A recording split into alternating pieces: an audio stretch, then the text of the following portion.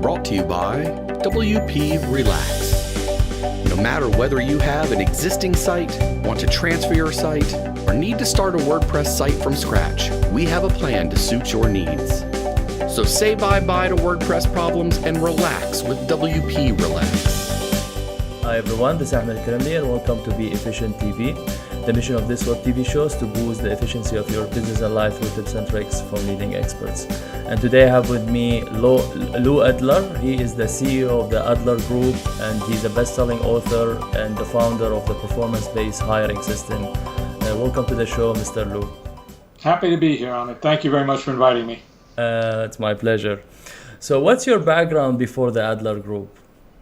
My background is very unusual. Not typical background for a recruiter or someone in hiring. I have an engineering degree. I was in engineering. I also have a master's degree in finance, and I combined those two and was running manufacturing companies before I became a recruiter.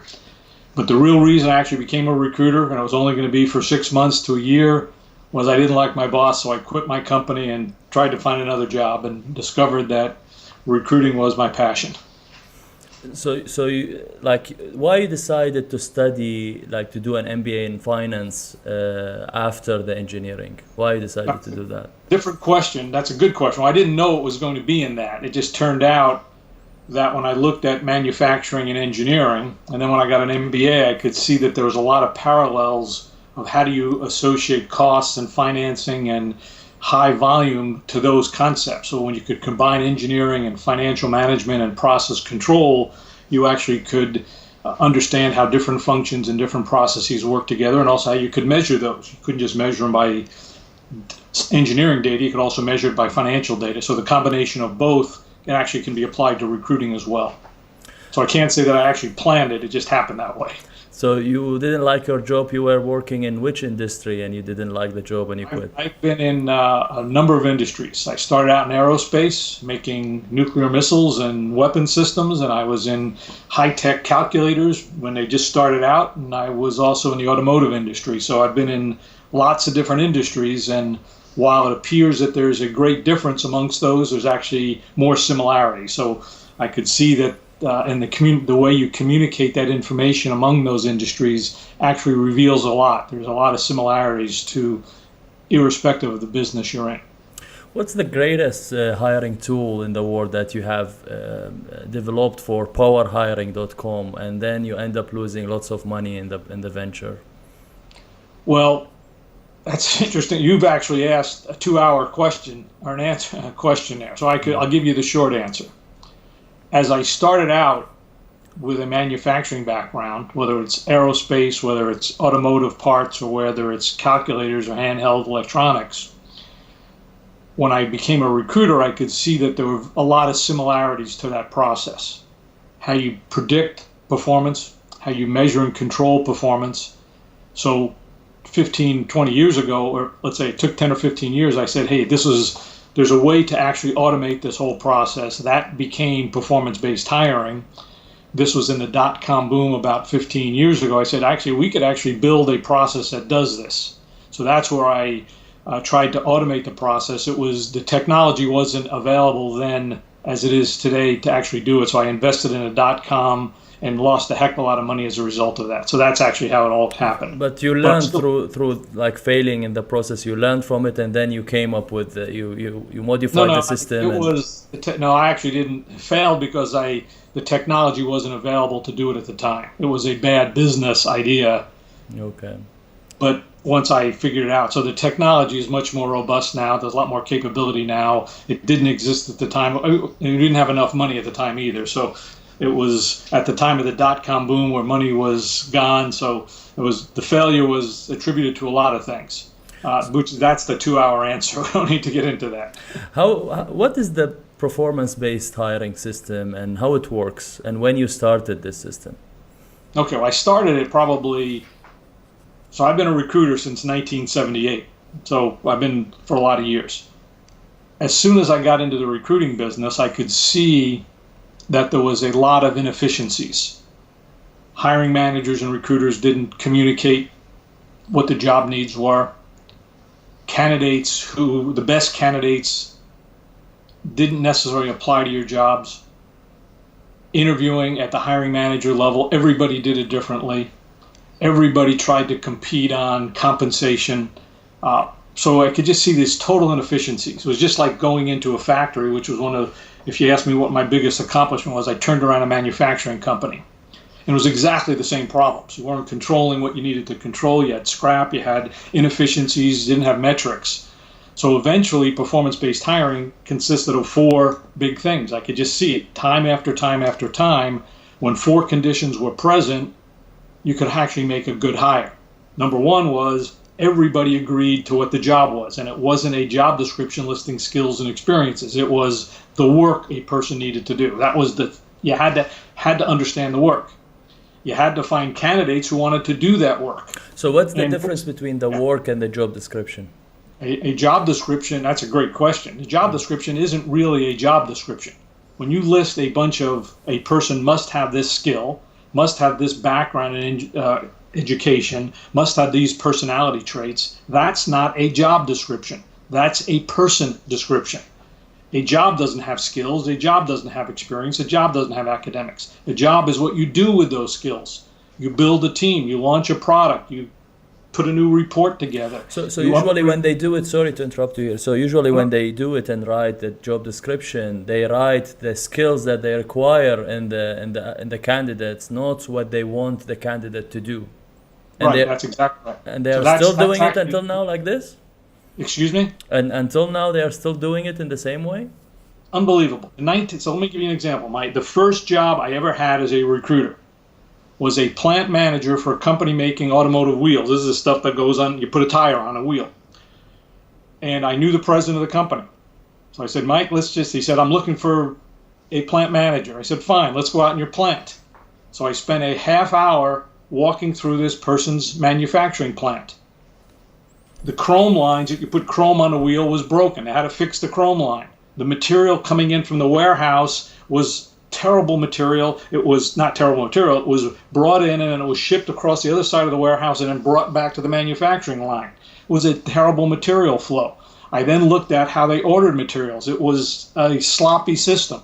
So once I looked at the job for a half hour, we found a person who could upgrade the factory, figure out how to improve the chrome line, figure out how to do material flow and how to do labor and production forecasting. And I told the president, I'll find someone who can do that. I don't care if they have 15 years or 5 years or 2 years or no years. They have to be able to solve that problem. In 3 weeks, we found somebody who could solve the problem.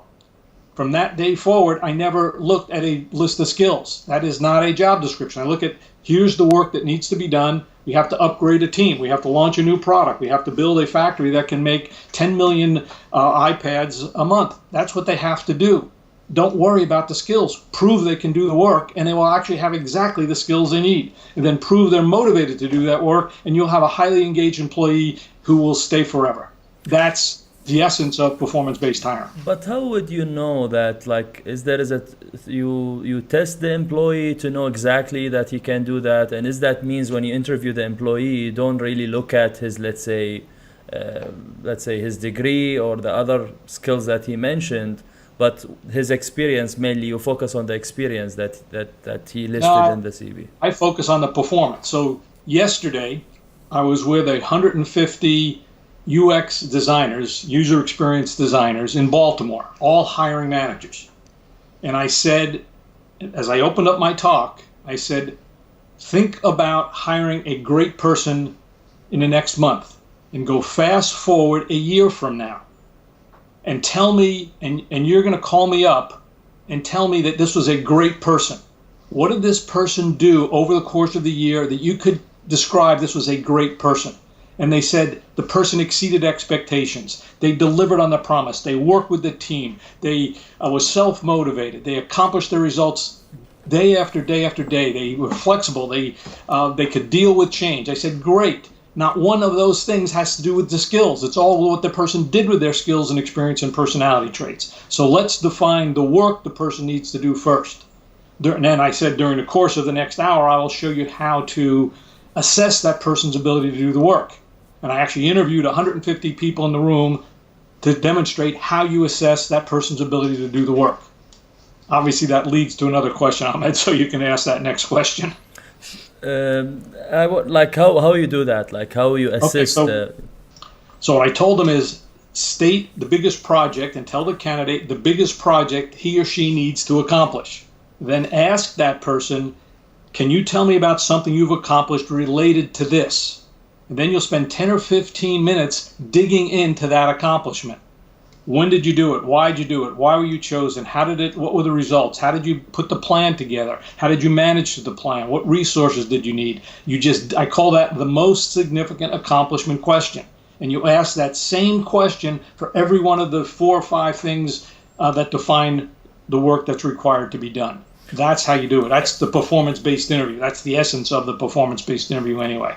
And if it's very technical thing, he needs to like show the company that he can do it, let's say in a test or something.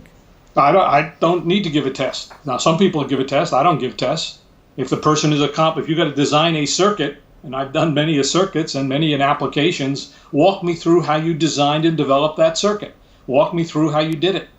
I look at their outcomes of their work. If they've designed, and I say, okay, I'm going to tell you about the most complicated Ruby project you ever put together. I remember talking with a guy up in San Francisco 4 or 5 months ago. I asked that exact question.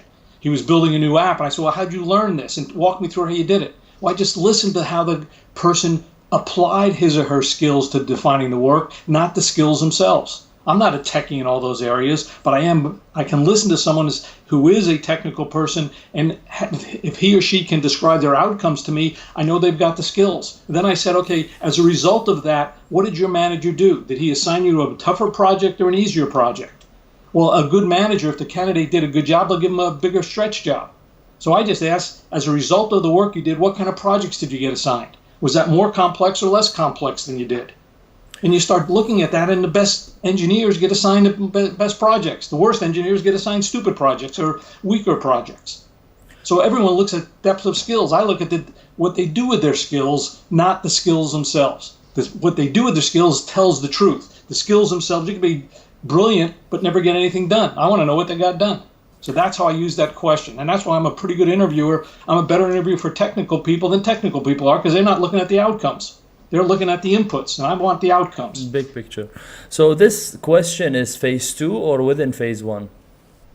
That's a great question. Yeah, the way I normally interview someone, if I just had you on the phone, I would say, tell me a little bit about your background. Tell me about some of the accomplishments you've had.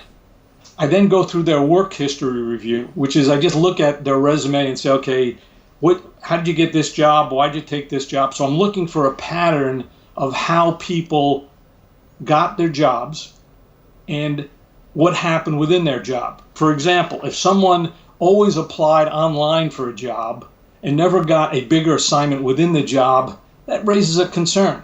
On the other hand, if a candidate said, well, I got this job by applying, and then my boss moved me to this job, and then I got this job, and then I met this person, and this person got me that job, and then they assign this person more challenging work, and I say, that's probably a pretty good person. So I get a sense that way of how the person got their previous jobs, and if those jobs got bigger while they were within the job. That's a great clue. It's also a great clue to understand why a person went from job A to job B, and then from job B to job C, because that's a big decision. Did the person do it for economic reasons? They had to pay for their house and pay for their car and all this, or did they do it because of a long-term reason? Yeah, I was developing my skills, I got this, and as a result of changing the jobs, this is what happened, and this was positive. So changing jobs is a big decision. And I look at why do people change them and how did that happen? And if there's a pattern there of how good people change jobs, which usually for positive reasons, get promoted, learn new skills, and they were successful at each job, then that's what I would call phase 1. If that's a good pattern, then I'll ask that question of, hey, tell me about this big accomplishment we need done. So that's actually how I do it first. So this one within phase 1, which is like listing the right work details in the job description instead of the skills, plus asking the right questions to the candidate. What is phase 2? I still never box check the skills. Roughly said, you got 3 to 4 years experience. What's the biggest thing you've done? I just don't, box checking skills is a waste of time. I just never do that. And anybody who does, I just don't even want to talk to them because they don't know what they're doing as a recruiter. I'd be real frank. If you box check skills, you're going to hire average people. You throw it away. If you just learn one thing from this week, throw box checking skills away. It's a waste of time. People who take jobs focus on what they can do and become. People who just take jobs for lateral transfers focus on box checking skills and their salary. I do not deal with people who do that, whether they're recruiters or candidates. I look for people who want to be better than what they are, and I focus on how they accomplished and got better. If I see someone who's got that desire to be better, that's the person I want to talk to. What is the next phase? Well, once I go through the first phase, is this person interesting? So this could be the first phone call. I then say, hey, Ahmed, tell me about a big accomplishment. So I want to understand their biggest accomplishment to see if they're in the game. Obviously, I don't want to hire a person who doesn't fit the job. I said, what's the biggest thing you've ever done? That's a great question to start off. So I go through their work history, see if they've been promoted, see if they're making good decisions, see if they got roughly, I don't box check, hey, roughly the skills. What I'm really trying to figure out, did this person do more with their skills than the average person? That's different. I mean, I don't care about 10 years experience. If someone with 10 years experience is designing a very complicated circuit, but someone with 2 years experience is also designing the same complicated circuit, obviously the person with 2 years experience is better. So I said, this person's accomplished a lot with their skills. Then I say, okay, now I ask the person in the game, hey, tell me about the biggest thing you've done. And I'm asking questions about the size of the team they've worked with, the scope of the project, the complexity of the project, why they were assigned. Then I say, those two things tell me this is a good person. I need to spend more time with them.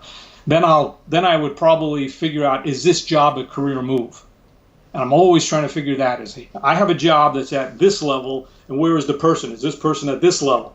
If the person's at this level, they're too high. If the person's at this level, the gap is too big, the person's too low. I want someone who's just, there's 10 or 15% stretch so they see it's a career move. I said, so then I take it to, I think this could be an interesting job. I'm a little bit concerned. You might be a little bit light, but this is what we need to do. And then that candidate starts saying, that's pretty interesting. Yeah, I would like that job. So I want the candidate to see this as a good career move.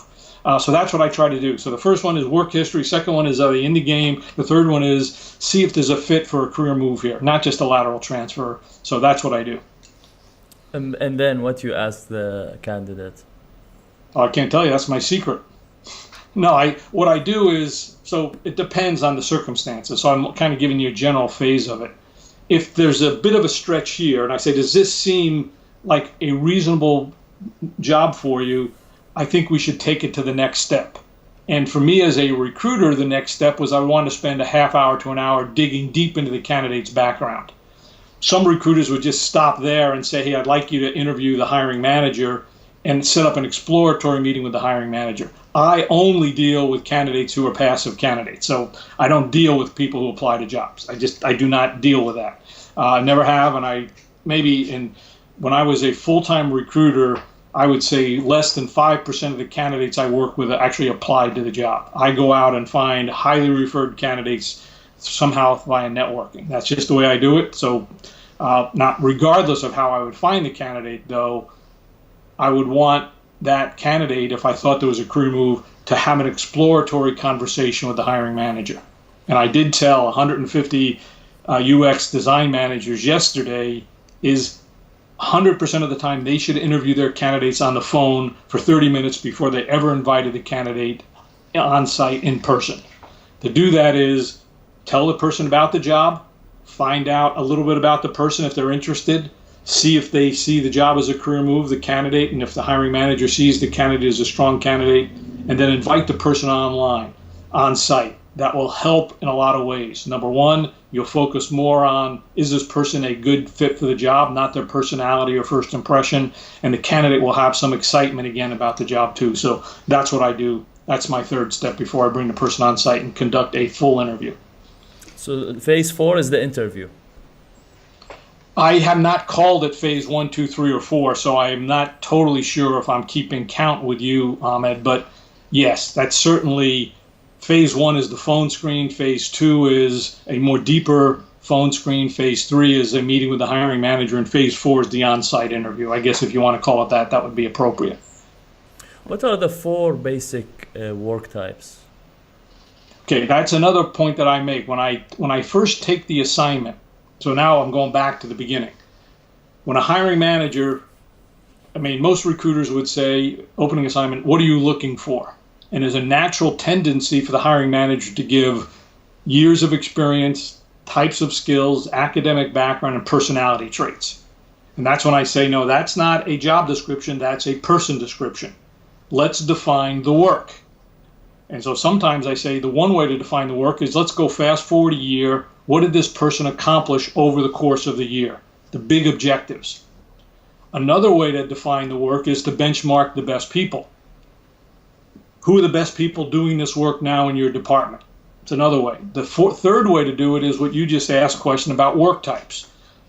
When you really think about work, they can be broken into 4 big buckets.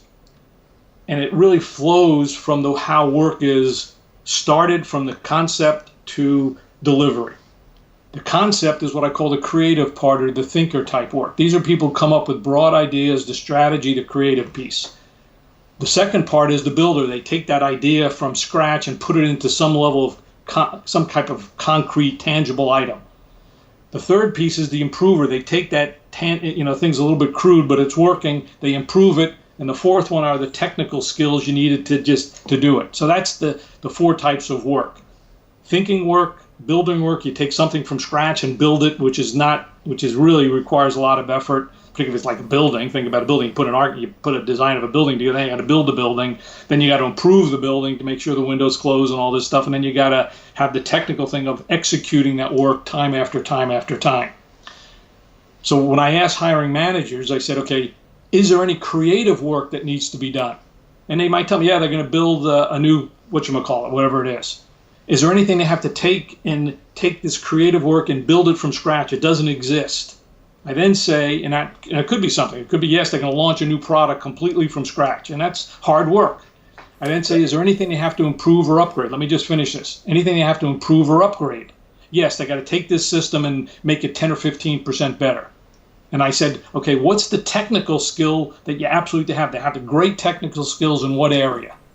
And then I say, okay, how does that look like on the job? So those are the way I do it. So those are the 4 work types. Thinker, builder, improver, your producer.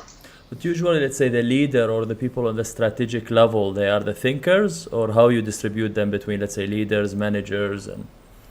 Well, that's an interesting way that's another part of it. I mean, yes, there's more dimensions to it. Sometimes strategic work could be, hey, we've got to come up with a new way to put a new display down, or come up with a new force touch on our display. That's pretty strategic too. Strategic could also be, hey, we have to put a new plan to target the whole Middle East to sell our product throughout China and the Middle East. Well, that's a big strategic plan. So that really has the scope and breadth. It could be, so the scope of that strategic or creative idea that is part of the level of the job. Obviously, I'm looking for a division president. It's going to be a whole strategy around the whole world or whatever it may be. If I'm looking for a designer, there's still a component that could be thinking work. So it really depends on the scope and scale of each of those parts that determines the job itself. What are the 4 best personality types? There's none. Oh, the best. Okay, so now we're talking about my simple little personality test. Best is a term for people who are just listening to this. It's the name of a test, which is the best personality test. The best is there's a boss, there's an engager, there's a S is the supporter, and T is the technical person. I do not like personality tests for screening. They are another thing that's a waste of time. This personality test basically says, think about how you make decisions.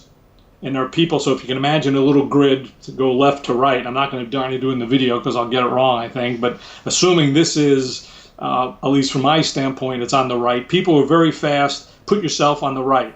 If you're very slow making decision, put yourself on the left. So just very quickly, you know if you're in the left or right. If you have not made a decision yet, which you're on the left, I can tell you, you're very slow. Now go to the top or the bottom. The top of the grid is people who are very results focused. The people who are in the bottom of the grid are very team focused. So that creates the 4 work types. If you're results focused and fast, you're the boss, the B. If you're results focused and team, you're the E, the engager. If you're analytical or slow and team, you're the supporter. And if you're technical and results, you're the T or the analytical person. So that's how you get the 4 best styles.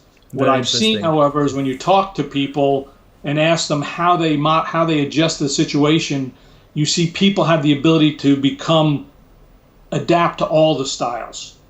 But you look at someone like Donald Trump, he tends to go an extreme. I mean, when he gets aggravated, he goes off and becomes more dominant and more results focused. So there's a good and a bad to each of these. The best style is to adapt the other person's style based on the circumstances. The worst style is to go to an extreme, to go away from the center.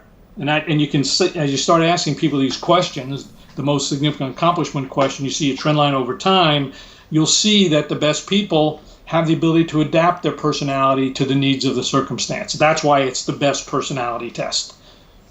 What are the resources that recruiters should use to find the right candidates? Well, we did a study with LinkedIn, and I've done this study for 30 years, maybe 40 years now, as long as I've been in recruiting. The best source of the best candidates are referrals. That's the best source, conceptually. So what I do is I was with a VP of talent for a huge worldwide company on Tuesday morning. And I said, you need to track referrals, because people who get more referrals are better recruiters. So if you're a recruiter, the best source of best is referrals. So I said, for example, and I asked the woman, I said, who is the best recruiter you have ever had working for you? This is me asking a woman who is a recruiter, who is the best recruiter she's ever had? And she told me the name of a person at a prior company. And I said, if this person called me, or if I mention your name with this person, call me back. She said yes. I said, now, and I already know the person's good because you've already told me the person's good. All I have to do is recruit them. So I basically said, if I call this person, hey, I just talked to this person, she'll call me back. Would you be open to explore something if it was better? That's all I have to do is recruit them. Most people, number one, don't get referrals. I always get referrals, and recruiters should always get referrals, and you get good referrals. So ask your coworkers, who's the best logistics person you know? Who's the best designer you know? Who's the best marketing person you know? Who's the best salesperson you know? And now you call those people and you nurture them. You try to convince them that your job is worth a career move. But you don't hustle. You don't do it transactionally. Hey, Ahmed, would you be open to talk about something if it was better than what you're doing today? 93.6% of the people will say yes. But it's a bunch of steps. That's why you have phase 1, phase 2, phase 3, phase 4, phase 5, phase 6. You got to nurture these people in a consultative capacity. You don't just hustle them into a job. That's the worst way to do it. So you got to not only go after referrals, you also have to use a different process. And applying for a job and filling a position is different than offering a person a career move. So usually they should ask the people from the company, the same company. They ask, like, let's say, another HR directors from different companies, or how they get those referrals. They go to networking events, or? Well, I don't like networking events. I tend to look at, if you looked at, and I draw this little circle. Here's you in your center of your network. Here's all the people you know in the next ring, and then there's those people you know, and then every outside of that are strangers. So if I was looking, and I think most recruiters focus on, take LinkedIn. LinkedIn has got 375 million or 380 million names in it. It's not just a list of 380 million people, but most recruiters just put their keyword searches in and try to find people to fit this job that they've opened. I first look at and ask the question is, who would know a person doing this work? So I remember a story I had 10 or 15 years ago. It was a national accounts manager selling do-it-yourself tools that the company had an exclusive license from a manufacturer in China. Well, and they were looking for national accounts managers as a salesperson. They sell to the big stores like Home Depot in the United States and Target and Walmart, and I'm sure there's Home Depot knows around the world. I don't know other companies in Europe, but so they sell to buyers at these stores and procurement people. So I just called up a bunch of the stores and asked, who's the buyer for do-it-yourself tools? And I got the person on the phone and talked with them. And he gave me some names, and that's who we hired. Right now, I could look on LinkedIn and see that person's connections. And I could just search on that person's connections and say, hey, Ahmed, what do you think of this person and this person? So the idea of networking is key. You just have to know how to use the tools properly to look at the world of hiring as a network. Scrum managers work with Ruby developers. Agile managers or project managers in construction work with architects. They work with vendors. They work with subcontractors. You just start looking at your spot. Who would have worked with this person in the past that would give me a referral? That's how you do networking. So, I go to networking events. So let me summarize this and you can ask the next question. Networking isn't about meeting as many people as you can. Networking for a candidate is meeting a few people who are connected to other people who can give you that referral. So whether you're looking for a job or looking for candidates, it's not a massive thing. It's a very high touch process of talking with people, getting to know them, and using their connections to find what you need. But don't you think that this process of referral may be applied on very high positions that, you really headhunt this, guy, a director in a very high position, but it's very difficult to apply it on the entry level or the sales executive level or sales salesman executive level. Okay, entry level, yes. Sales executive, no. I call it when we helped the company hire 170 salespeople last year. We did it all through networking. We talked to the best sales manager. We said, who's the best salespeople you knew? It was in medical. They all know good people. So we only dealt with the referral. So if you presented someone who wasn't a referral, we didn't want to see the person. The person had to be referred. But those salespeople had 3 to 5 or 10 years experience. So once you've been in a workforce 2 to 3 years, I think networking is a better way to do it. You hire a great engineer. If they've been in a workforce 2 to 3 years, you talk to an engineering manager who'd work with that person, or you talk to a customer who worked with that engineer, or someone in marketing who worked with an engineer. Now, if you're talking to entry level, yes, that you can have great advertising. So for entry level, I would probably not do referrals other than get other entry level people. So if I've hired a bunch of people in a call center or a help desk or something, I would say, who do you know who's also good? So I might do it that way, but I'd also have great advertising that's found. So those are 2 different kind of sourcing projects. You base your system on the achievements or best accomplishments of the candidate. So how do you deal with the companies that they have in their policy that they have, let's say, they always require in the undergraduate degree or an MBA, while you just focus on the performance? So how you deal with them? Oh, yeah. Well, I won't work with those companies.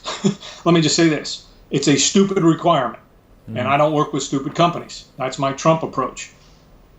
Now, I have a lot of people The extreme one, you mean? Yeah. I have people who believe that all those things are important. They said, well, the law says we have to do this. Well, the law in the United States doesn't say, and I talked to the number 1 labor attorney in the United States and say, do you really need that? And he said, no, that's a fallacy. What you need is objective criteria. So the objective criteria is design a circuit that increase the battery life in an iPhone by 50%. They don't need a degree for that. They might have a degree, and I suspect they would, but they have to be able to increase the battery life of that circuit by 50%. That's what they need to do. So I always tell hiring managers, no matter what they say, I say, okay, here's a requirement you have. Must have 5 years experience. What do they do with that 5 years experience? They have to have a degree. What do they do with that degree? What does success on the job look like with that? So I'm always focusing on the outcomes, not the inputs. Now, there are some countries, and I don't know the law around the world, there are some countries that do require certain things. I think they're stupid if they do it. And if an HR department forces someone to go through this silly filter, I personally will not work with them. And I'm okay with that. They don't want to do it the right way. I'm okay. They'll continue. And people have said this. So I'm older than you, and I'm older than most people who are listening to this. They said that same thing in 1980, and it wasn't true then. And we hired great people, but the companies are still doing stupid things after 10, 20, 30, 40 years. That's why people do not like HR, because they're in the Stone Ages. So anybody who puts these arbitrary laws together and rules together doesn't know what they're doing. And I believe they are stupid. Now we talked about the recruiter's perspective. How about the employees? How they should find a job, and why they should never apply through HR, and what's the reason? The only reason that they should apply through HR. Okay. I put together. Well, let me kind of start with the end, and I'll go to the beginning. we did a survey about 3 or 4 months ago. About 3,000 people have taken it. And we asked people how they found their job. And we also asked them how active they were in the market. So let me kind of just give the rough statistics. People who were underemployed or unemployed, you would think that most of them got their job through applying. But it turned out that 2/3 of the people got their jobs through networking. Another group was people who were fully employed and active, but they didn't feel that they still have good jobs. And about 60% of those people got their jobs through networking. 40% got their jobs through applying. We then asked candidates who were tiptoers. These are people who are thinking of leaving but not very active, how they got their job. It was 5-to-1 referrals versus applying. We then asked passive candidates how they got their job. It was 20-to-1. Obviously, they didn't apply. Maybe it was 40-to-1. But most people still get their jobs through networking. And this comes to the point I call the hidden job market. There are 2 job markets. One is the public market, which is all these job postings. And in that posting, it's listing of skills, duties, responsibilities, and they force fit people into these crappy jobs. And it's stupid. If you're a candidate, why would you be force fitted? And it's demeaning, and they're not great jobs, and at best they're giving you a lateral transfer, and they negotiate the money before you even know what you're getting. However, you can use that job posting to get a lead into the hidden job market. In the hidden job market, this is the way a hiring manager figures out. So while a hiring manager, I'm going to open up a new job for a staff engineer or a staff accountant or whatever it is. I have a job requisition, but I haven't officially done it yet. So the first thing a manager does when they're thinking about getting a new job is, do I know anybody that can do this work? They just think about that. They haven't written it up. They haven't even told HR that they want this requisition approved. They just think about, who do I know? Then they go out to their friends and other people and, hey, do anybody know a person for this job? And they try to work their inner network. And then, so that they found a good person then, all of a sudden, oh, this is a good person, but they modify the job a little bit. Oh, I haven't put the salary together. Maybe I can pay you a little bit more. There's a lot more flexibility before the job becomes officially public. And there's lots of jobs there. They can even change the job. Oh, I met this person, Karen. She's great. I'm going to give her a little bit of this and a little bit of that, and I'll pay her a little bit more. And then if that doesn't work, then they go to HR, human resources, and they say, let's post this job, and it's this salary and these skills, and it's a very sterile environment when it's public. So what I tell candidates to do is implement what I call a 40-40-20 job hunting plan. 40% is networking. Another 40% is making sure that they have got a great resume and that recruiters can find their position. Recruiters can find it. It means, I know, they have to go through and they have to be able to be found. And 20% is find jobs that fit perfectly for you and only apply to those. And even then, I probably wouldn't apply. I'd probably try to find someone who says, I'm a perfect fit. Try to find someone in the company who can get you referred to their job. You get more pay, you get a better job, you'll be treated more nicely, and it will wind up being a good career move rather than just a lateral transfer. That's the essence of what job seekers need to know. Understand the market, understand how to get into the market for the jobs that do exist. For the 40% networking, they should network with people from the industry, or with. Well, this is what I talked about earlier. So you would not have necessarily known that. Networking is not about meeting as many people as you can. It's about meeting a few people who can vouch for your performance. And you meet with them. And you say, do you know anybody else in this industry who I could also meet? And you meet with those other people. And then you meet with more people. So each person you meet, maybe you start with 5 or 6 people who can vouch for you. Each one of those gives you 2 other people. They give you 2 or 3 other people. And pretty soon you have a network of 40 to 50 people. Eventually one of them will hear about a job that's perfect for you. And they'll think it's a coincidence. Well, surprisingly, I just heard about this. What a coincidence. No, it was because of hard work networking. It's not meeting a bunch of people and hoping something sticks. It's working a plan of networking of people who can vouch for your performance. And when you get networked in, when you get referred in, you are put at the top of the list. Can you give the audience how to find those few people, like as an example, like shall I search, let's say, someone in the HR of certain company and go, let's say, I know that he plays certain sport, I go play there and I get introduced to him, and then he will, or how people should do I it. guess you could do that, but that's hard work. But if you've ever worked, I mean, this is for job seekers.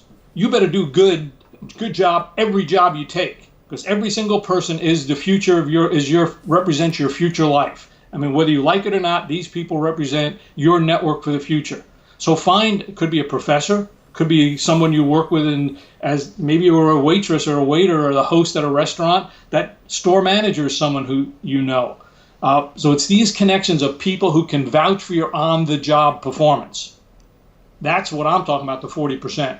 Now, there's other networking, which I would probably, maybe 10% of that are people you connect with at parties or might know people, but they just can refer you to somebody, but they really can't say, yes, this person's a great person. They could say, hey, you're a nice person and you seem, and they can probably get you a few interviews, but that's not really what I'm talking about in networking. I think you should still do that, but that's not really what I'm referring to. Why you advise employees to be always underpaid? In fact, I talked with this to a woman yesterday. So I was at this conference yesterday, and one woman came up to me and says, I want to leave my company, but I'm making too much money. And every time I talk to a recruiter, they always blow me away because I'm making too much money. And that's why I said to her, that's why you need to be underpaid. If you're overpaid, you'll never have a chance to get other opportunities. You'll be expected to perform at the higher level of pay. You will have no honeymoon period. People will be aggravated with you because you bargained for too much money. You've just upset the apple cart. So if you're not perfect, you will be kicked out and thrown out very quickly. You will underperform. So if you're overpaid, underperform. You just underpaid. People say, oh, you're a rational person. You're obviously, if you do well, you're underpaid, but you do real well the first 6 months, they're going to give you a bigger salary increase. And recruiters will look at you, if it doesn't work out, they'll say, you're right in the ballpark. This woman has been looking for 9 months she's very, very good, but she's overpaid by about 20%, and she knows it. She says, I can take a 10% cut. She will not take a 25% cut. So it puts you in a box. You're stuck where you are. So from a flexibility standpoint, it's what you're going to get next year that's important, not what you're getting when you accept a job. That doesn't mean you should be totally underpaid, but slightly underpaid is better to be than overpaid. But you don't advise them that sometimes they should, get a lower pay in the next job based on the environment of the next company or what they're going to learn or based on who's their manager. It's not only about the salary. Well, now I don't understand your question. So repeat the question slightly differently. Like, you don't advise employees when they look for a new opportunity or a new job or a new company that they should not only look at the pay or the salary. They should look at the environment of the company, what they're going to learn, the type of management in the next company, and base their decision based on 3 or 4 or 5 different factors, not only the salary. 100%.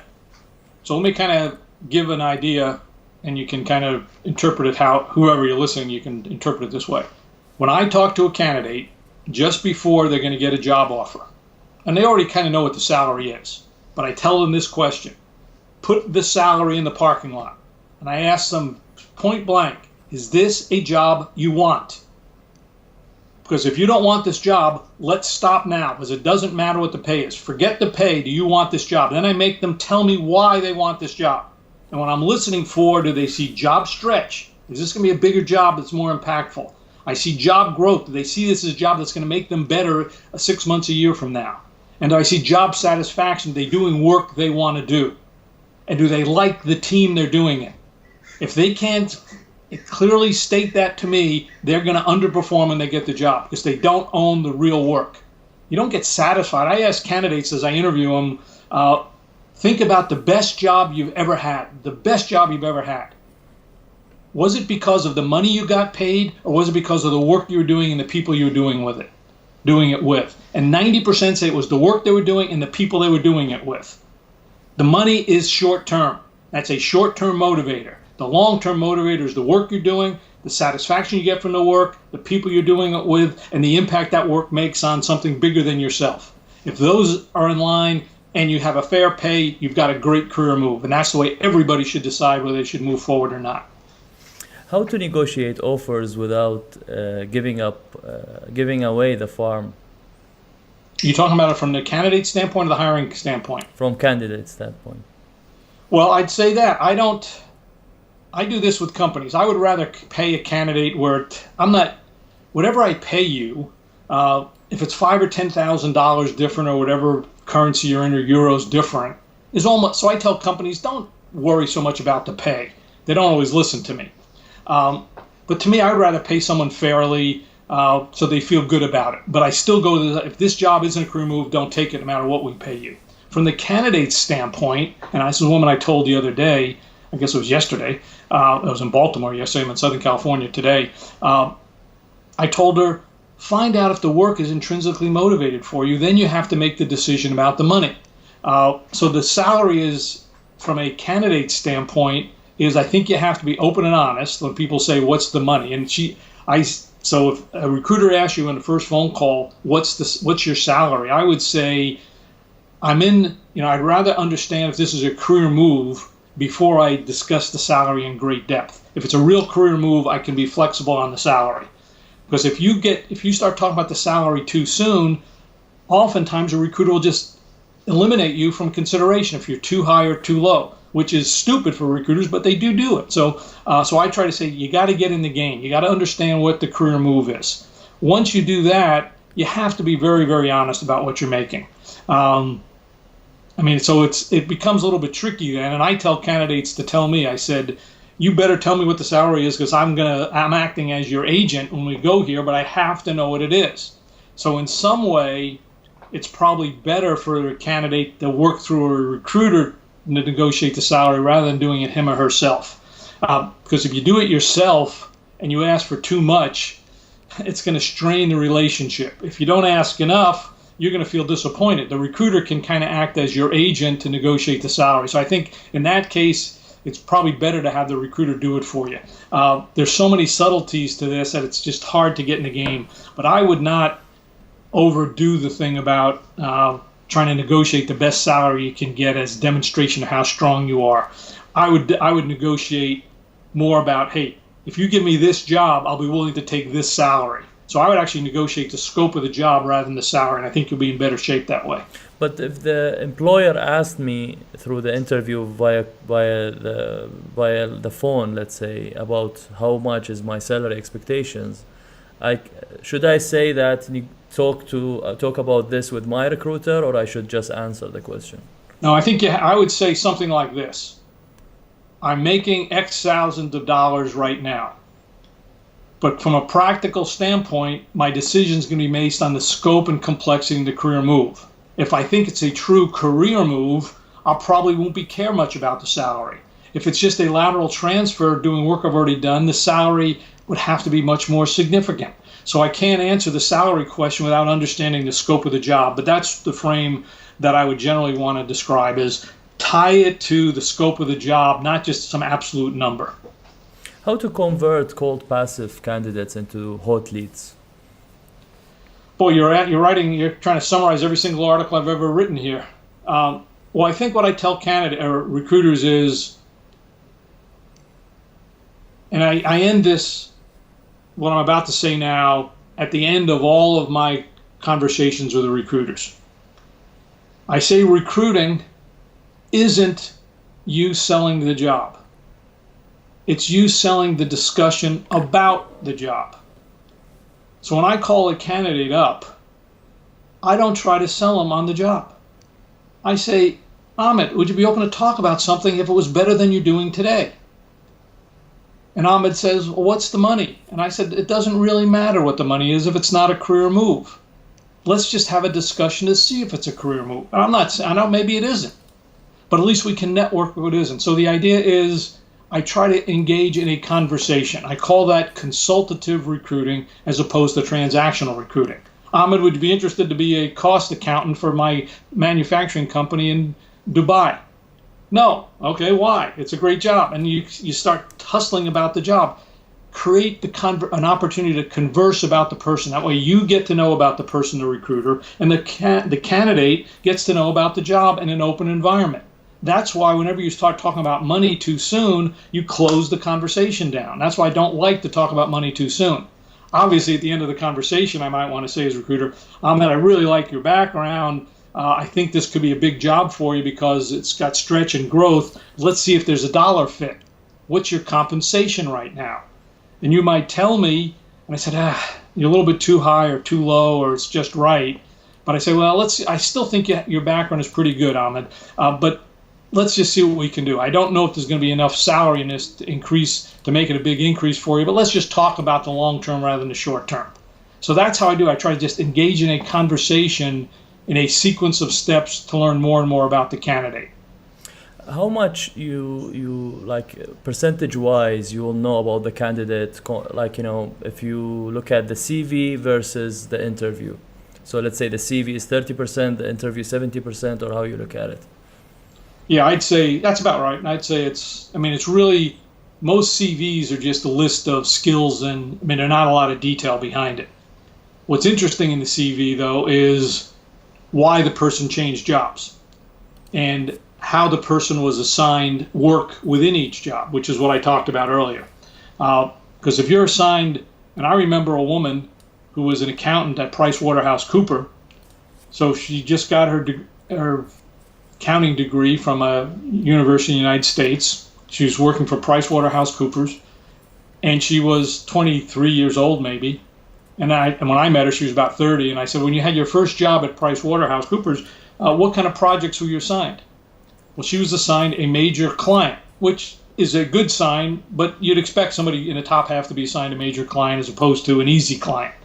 But then I said, within that client, who were you working with? And she said the CFO and the senior director of accounting for the U.S. and the senior accountant for all the Americas, EMEA. That's unusual for somebody 23 to be working with that level. And I said, did you just meet these people, or were you working more closely? She said, I met them every month. I met the CFO probably weekly. I was working on. I said, what were you working on? I said, I was coordinating for PricewaterhouseCoopers an international consolidation project on the Foreign Corrupt Practices Act. Well, somebody at 23 doesn't get to do that unless they're really good or some partner already assigned that person. So I knew right away that this person, her CV it didn't say that on her CV. So I would say in this case, her CV said 10% and 90% was going through that kind of analysis to understand the work she had done.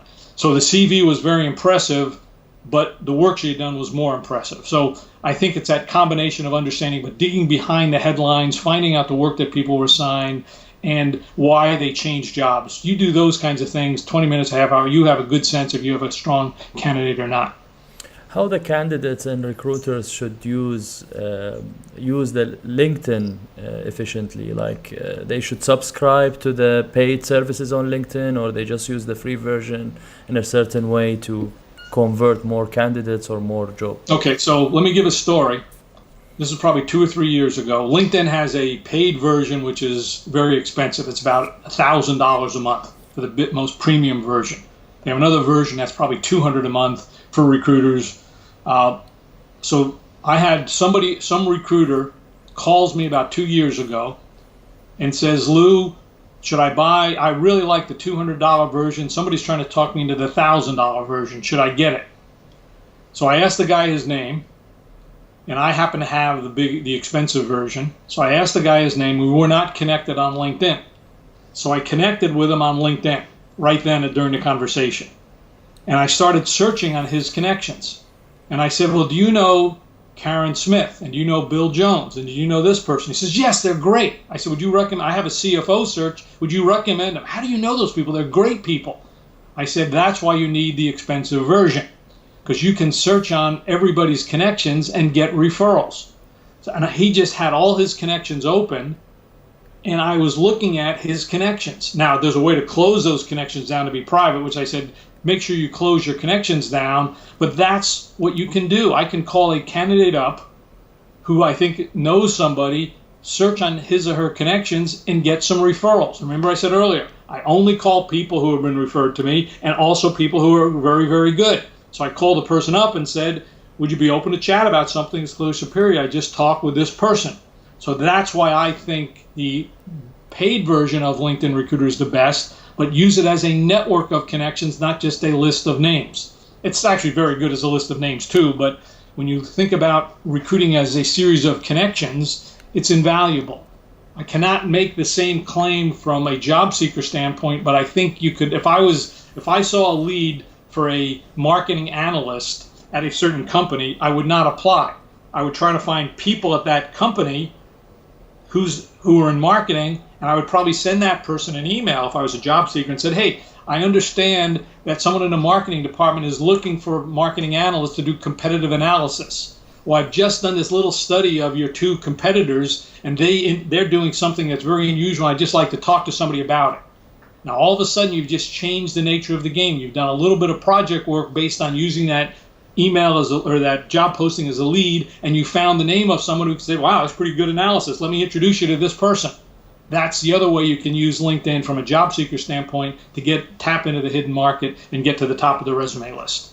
When someone refers to you some candidate, how you document those candidates? Do you use a certain system so you can come back to? So many systems to do it. That's called applicant tracking system, and there are so many applicant tracking systems around that my favorites are Greenhouse and Lever, Lever. Those are two of my favorite because they're very flexible. They're not this old line structure. The big old ones I don't like at all.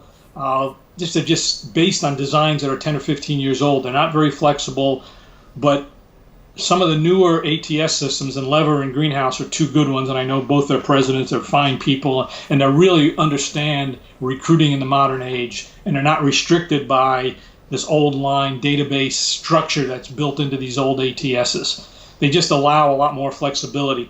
The job posting that you have internally doesn't have to be the same one that you post externally. The titles don't have to be the same. You can take notes. You can keep track of hiring manager responses back and forth. So there's a host of reasons why some of the newer ones that were just built on more flexible database structures are a heck of a lot better than the old style ones.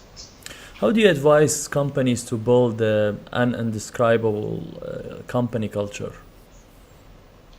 I'm just going to write an article about company culture. So I've got to write this down. I've got to look here something. As I said, I just got to look at this note. I'll even show you what it says, because I think that'll tell you here. Where is this? You'll love this. I think maybe you won't. Where did this go? I just did it this morning. Oh, cultural fit. So I just put the word cultural fit down. I don't know if you can see it. Probably not, but I'll read it to you. Cultural fit is a function of the pace of the organization. No matter what you want, the pace determines your culture.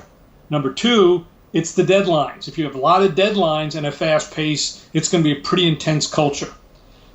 Number three is the hiring manager. The hiring manager's in your face, controlling, dominant play, and you got a lot of deadlines, and you have a fast pace. You got to go 80 hours a week. That's what Amazon is like. It has nothing to do, and there's a lot of articles now about the Amazon has a killer culture. Well, that's because of the thing that defines culture. No matter what anybody else says, it's the pace, the deadlines, and the hiring manager. You got to put those three things together, and if they're all high intensity, it will be a high intensity culture. If you have a hiring manager that's reasonably calm and a good coach, he or she can kind of protect his or her employees. If the pace is a little bit slower, if it's not, but once you have a deadline, it doesn't matter. You can have a slow culture, but you got a big deadline, that drives the culture. So those three things drive the culture, and there's nothing you can do about it. You can put all these fancy words around it, but the hiring manager, the pace, and the deadlines define a company's culture.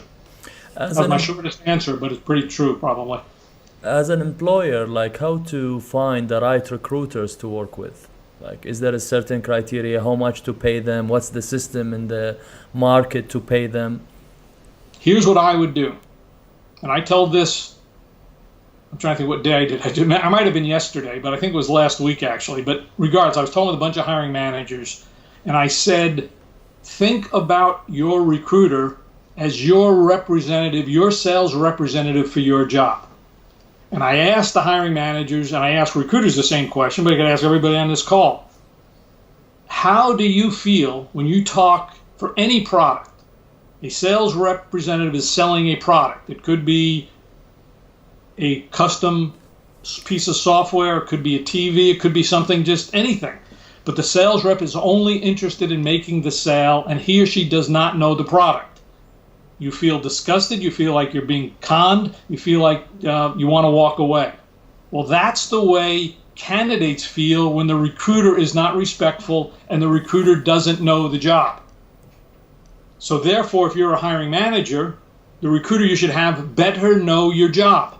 But it's your responsibility, the hiring manager, to tell that person what the job is. So there's a guy there I had dinner with from PayPal, had dinner with him Tuesday night in Baltimore. It was that same meeting.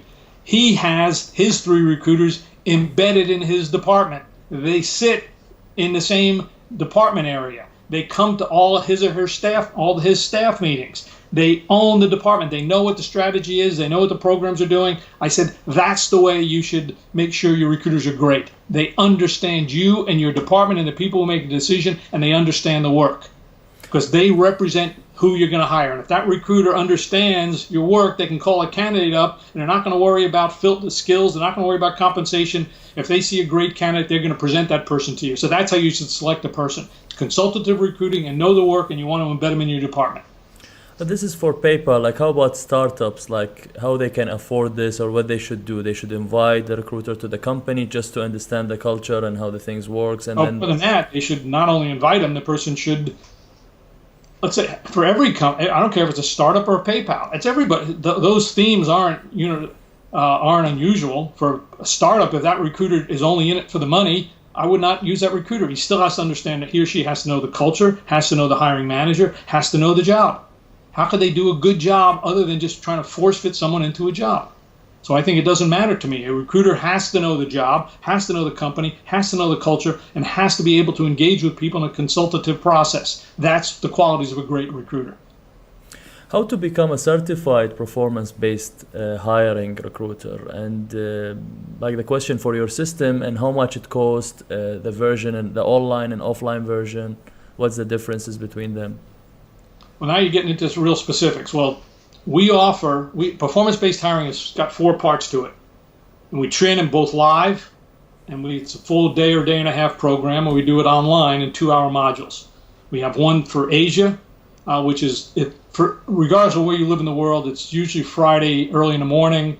Sometimes we do it late Friday or Thursday night, but and Module 1 is going through the job itself, understanding how to take the assignment and create a performance-based job description. Number 2 is how do you find the best active and the best passive candidates. Module 3 is how to conduct the interview. Module 4 is how do you close the deal.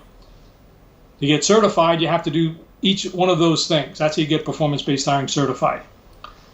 For a company, the fee is basically, for the basic certification, is about $1,200 for one person to go online. They can come back for a year. So it's a year's worth of training for $1,200 US. Basically, that's what it is. That includes certification. We record all the classes. That's the whole bit. Obviously, we have some companies that send 100 recruiters. It's going to be different. So we do that all the time. But the individual price, and we always get in our, I think our Asia class is once 3 or 4 times a year. I know we have one coming up in October 2015. The U.S. class is 11 times a year, and we have one coming up next week in September. But it's four weeks. So, but certification is not just going through the training. It's actually doing it. You actually do your homework. We have a learning center. You submit your homework. We have somebody look at it and grade it. But you have to be able to write great advertising, great emails, be able to converse with the manager, converse with candidates, and you have to be able to network. You do those things, you're in the game, you will be able to hire better people every time. No question about it. How much you charge for one-on-one coaching? We don't. You don't do it? We don't do that. I cannot, no, we just don't do that at all. Do you help? If you were the CEO of a Fortune 500 company, I would work something out with you, though. Do you just focus on selling this, consulting system, or you do also help companies to recruit? Like you perform as a recruiter for the employers as well? The only time we do that is if a company wants to implement performance-based hiring. So this company last year wanted to hire 170 salespeople. We help them hire that, but the ulterior motive is we'll do it using performance-based hiring. So we do some recruiting, but we have recruiters around the world who are certified that we turn it over to who use performance-based hiring. So we do some recruiting where it's part of a bigger project to demonstrate performance-based hiring. We also go into a company and we help them audit their whole recruiting process. We also audit their recruiters to see, are they capable of hiring the best people? And we offer that training. So we go in, evaluate processes, we train, we evaluate their recruiting teams, and we do search with respect to, hey, if it was part of implementing the process to demonstrate that using performance-based hiring, you'll get a stronger candidate than if you use your traditional approaches. So that's, we always suggest that kind of a pilot program to try it out, to see if it works and see if it makes sense for you. What's your daily life and work routine? Say that again? What's your daily life and work routine looks like? Oh, just like this. A lot of talk, but I did tell someone, so I was telling this friend of mine who was a VP talent of a huge corporation in New York City, because I'm pretty old. People said, aren't you? All my friends have retired already. I'm probably the only one who hasn't retired. And so this woman who's a friend of mine, she's known me for 10 years, she said, Lou, when are you going to retire? I said, well, I kind of am retired. I still work, but I don't care anymore. So that's was the humor. And I said, I really would love to do this big project. She's got a huge project she wants to do. And I said, I'd love to be able to do that project for you. But from a practical standpoint, if I don't do it, it's not going to be the end of the world. If I do it, it'll be great. And I'd love to work with you on it. And I'm happy to do it, and I would enjoy doing it. But if you decide not to do it, okay, I can deal with that. And that's what my retirement is. So I do work pretty much. I write 3 to 5 articles a week. I've got a couple books in place. I'm going to do a big training program with Linda. I was speaking to a big group of designers last month. I'm going to be going to speak for 500 recruiting staffing organizations in London through LinkedIn in October. So I'm pretty active doing that. I enjoy doing that. But so I'd say I'm retired because I do care. So I'm being a little bit facetious. But I have a nice life. You can't tell me in the background, but I live in Laguna Beach, California. And if you look it up, you'll see the ocean is about 100 yards behind me, and I can see it from upstairs. But so it's pretty nice what I do here. I'm not moving no matter what I get. So that's what I do. Thanks for asking. You work because you like to work, not because you have to work. But I love it, yes. What's your routine? Like, is there a structure for your day when you wake up in the morning, or every day is different? No, it's different every day. If I don't have any calls, my wife and I will walk through Laguna Beach. Today I did have calls. I had 3 or 4 or 5 today calls. If I didn't have calls, I would be talking with clients, and I've got 2 or 3 calls with clients later this afternoon. But if I didn't have them, I'd be writing some articles. So it's really it's usually writing articles, doing some research, talking with clients, doing some kind of probably 5 or 6 online webcasts or training sessions a week online, and 1 or 2 live maybe 3 or 4 live programs a month. So I don't see there's not really a daily routine per se. It really kind of evolves, but those are the activities that take place. What are your other hobbies? My other hobbies is nobody's asked me that question in a long time. I am deeply involved in understanding the history of the United States after the Civil War, and how a country that had separated the North from the South, East from the West, the Indians, and it was totally no states, how it actually came to be. So I'm writing a novel. Well, I'm doing a lot of research, but writing it, I'm going to convert it into a novel. So every day I probably spend an hour and a half researching that on how did we become a nation. Whether you agree or disagree with the United States, it's almost incomprehensible that we actually even exist today. And I think it's a lesson for the whole world of how did you get this country, which was nobody ever agrees, they still don't agree, and yet we still kind of pull it off. So I find that fascinating. So that's what I do. And I don't have the answer, to tell you the truth, but I'm still seeking it. How do you write efficiently? Like, use a computer, use certain softwares, you use certain routine? No, I just type, and I'm a terrible, let's say this, I've written a lot, and I do not like it. It is not something I find satisfying. I like the ideas and trying to put them on paper, but it is very cumbersome. It's very difficult. Obviously, I use Word and all that kind of stuff, but it's not something I enjoy. I find it hard to do, but I know it's important to do, so I just suck it up and do it. What I really like is figuring out how to take a complex product, just like you asked me about the BEST test. That took years to put that little diagram together. I mean, it looks very simple, but I read tests. I took 50 or 60, read every book on psychology and said, that's kind of interesting. So I really, if I had to say what I enjoy, is taking this complex thing and put it in some Simplify. graphical picture that makes sense. And that gives me great satisfaction. I end up, ooh, that was pretty cool. I like that. So that's what I enjoy doing. The writing of it is it's hard work. I know I have to do it, but it's hard work. Publishing or Thanks for asking those self-publishing? questions. Publishing or self-publishing? Which one you like Well, more? the story, I did create a publishing company with my son. After a while, he wanted to write the 4th edition of Hire With Your Head and didn't want to pay me any money and wanted the digital rights. So I said I could write the same book, which is called The Essential Guide for Hiring. I created a publishing company with my son, and we're done 20 times better in 1 year than I would have done with Wiley. And so I can't call it, we have a real formal publishing company, and it takes a lot of work. I mean, if you look at Hire With Your The Essential Guide for Hiring, just look at the graphics in there. If you buy the Kindle version, you'll get this. I mean, literally, I'm very impressed. My son, he's a graphic designer. He just put some great graphics package. So you go to Kindle, you buy the book, but then you get this graphic package which walks you step by step through it. So I think self-publishing to do it well is not easy. It still takes a lot of skill, a lot of capability, but I would urge people to take that avenue rather than go for the big publishers. Your top 3 mentors and top 3 people that you're inspired by? Well, my first mentor, I would say the one who I would say from a public standpoint is Stephen Covey, 7 Habits of Highly Effective Executives. And if you look at those 7 habits, because what happened was I met him through a seminar. I was just there at a seminar, I shook his hand. But as I was starting to look at how great people became great, and then I read Stephen Covey's book, you could just see the intersection. That's what great people did. So when I'm interviewing a candidate, I've said all these things that I do. If you look at Covey's 7 Habits of Exceptional People, that's not the exact title. They were pretty much the same. That's what they were. My other mentor, and I had a couple mentors when I just got my MBA, who were just remarkable people. And was one of them, the guy was my boss, Chuck Jacob, who passed away at 37 I don't need to get into it, but which was many, many years ago. He was the most brilliant guy in the world. And I remember one thing he said to me. He said, number one, this was when I first got my first manager job. I was only 25. He said, hiring great people is the most important thing you can do. I don't care what else. Hiring great people is the most important thing. And then he said, Lou, we'll get the work done somehow, but we got to go to the University of Michigan and hire some people. And we did. And it was just a powerful lesson to know.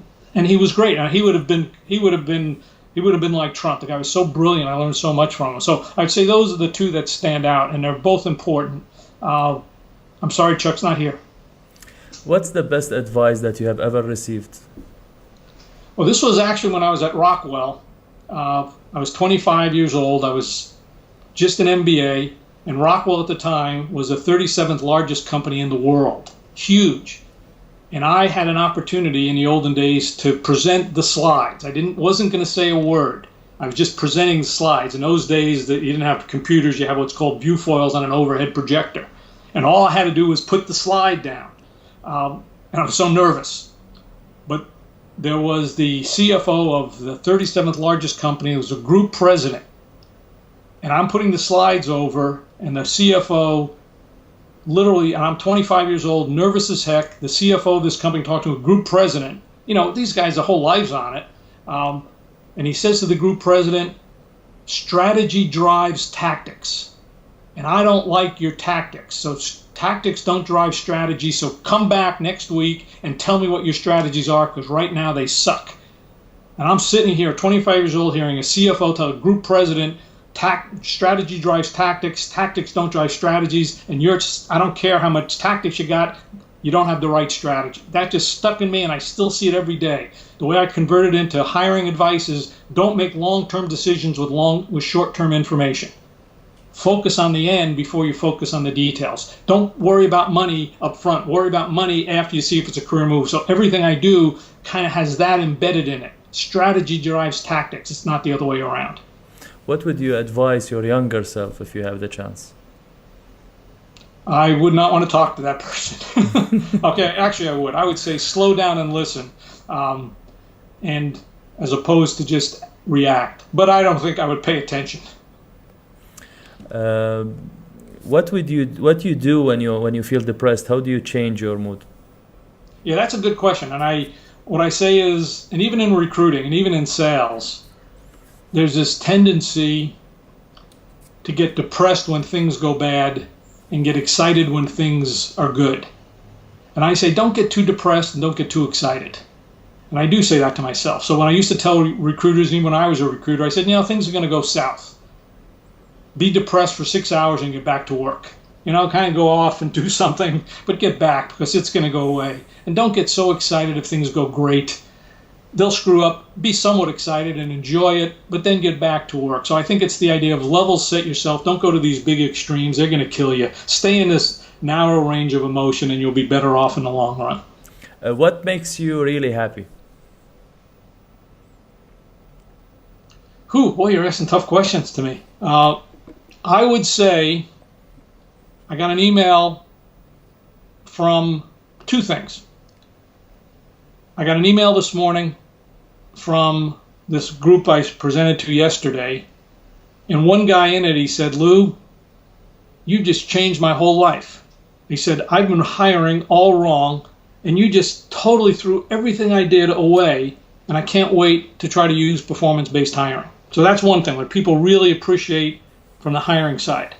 But I also get lots of emails from candidates, not as many, who said, Lou, that was great advice. You got me the job that I deserved.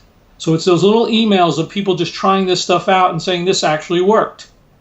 So I would say those are the things. I got an email from some folks at Harvard 6 months ago who were doing a study about performance-based hiring, and they said, Lou, we're blown away by your book. Looks like performance-based hiring is the secret sauce for hiring top talent in the 21st century. And I was very proud of that. But I also have to say is, that's nice to know. I didn't get too excited. I didn't get too depressed. So I took that into account. But I'd say those are the things where people actually try this stuff out. And it's nice. It's not the money for it. I just really like the stories of people telling me that it worked. So I have to say that's what gets me excited. Last question, how people can contact you? The best way to do it is through LinkedIn. Just find me on LinkedIn. I connect with everybody. Send me a message, and that's the best way to do it. I'll be happy to do it. But don't just say I want to connect with you. Tell me why. I don't really read the one. So put a little, and whether it's even if you're sending an email to anybody, don't just send an email. Say why, what the purpose of it is, and I think you'll be better off. So that's how I would do it. Thank you so much, Mr. Adler, for the really valuable information and deep information. Really appreciate it. Happy to do it. Thanks, Ahmed. Have a good day, everybody. Bye now. Thanks, everyone. Be efficient and stay efficient, and see you soon with another leading expert.